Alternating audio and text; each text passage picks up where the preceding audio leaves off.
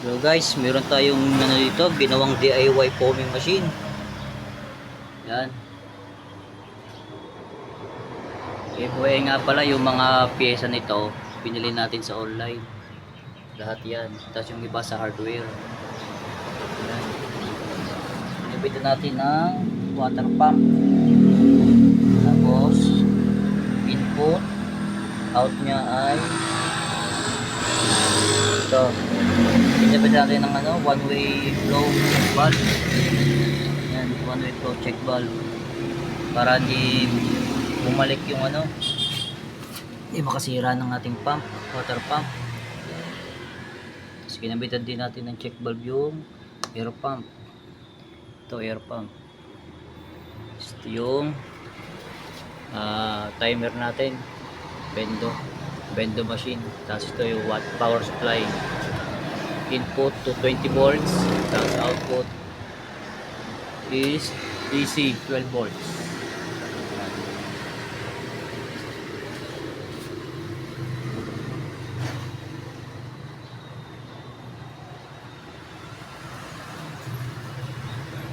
Itong power supply natin, meron siyang label na positive tsaka negative. Kahit saan dito, bali yung tatlo niya positive. Ito yung supply niya, 220. Tapos yung positive, itong tatlo, itong negative. Kahit magkabaliktad yung ano, yung terminal niya dito sa ano, positive, negative. Para marami naman siyang ano, mga pin. Yan. Yung harapan niya, oh. Yan, DIY yan.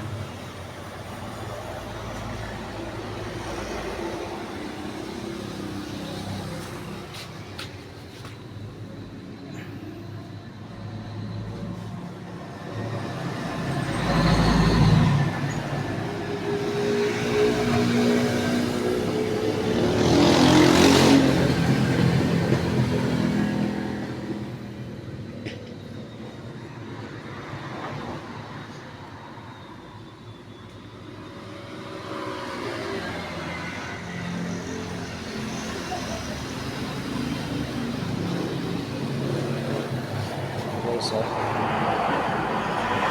i-label siyang ano, positive. So, positive, negative side.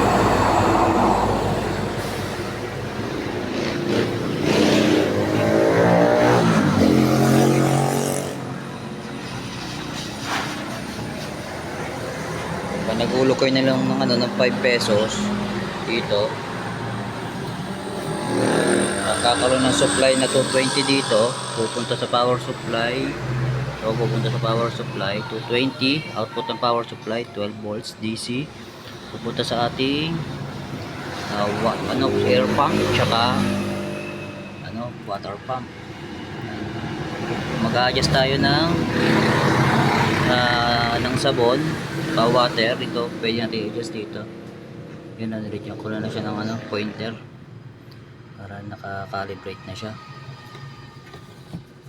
Ito yung output nung tapos natin. Yan. Pinili ko ito sa hardware. Color green.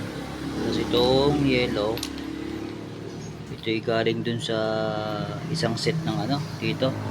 Yan.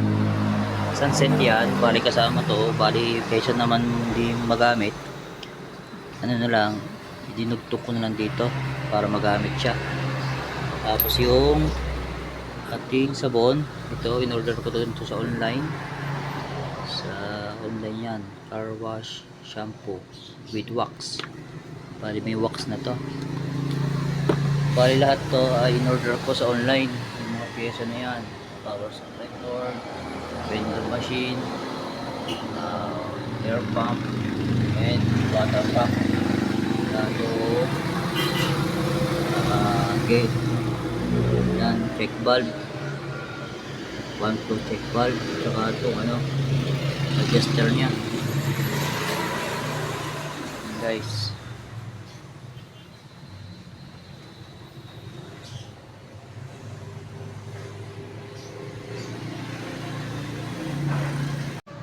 guys, bali ano, titestingin natin to nang may sabon. Yan. Testingin natin to.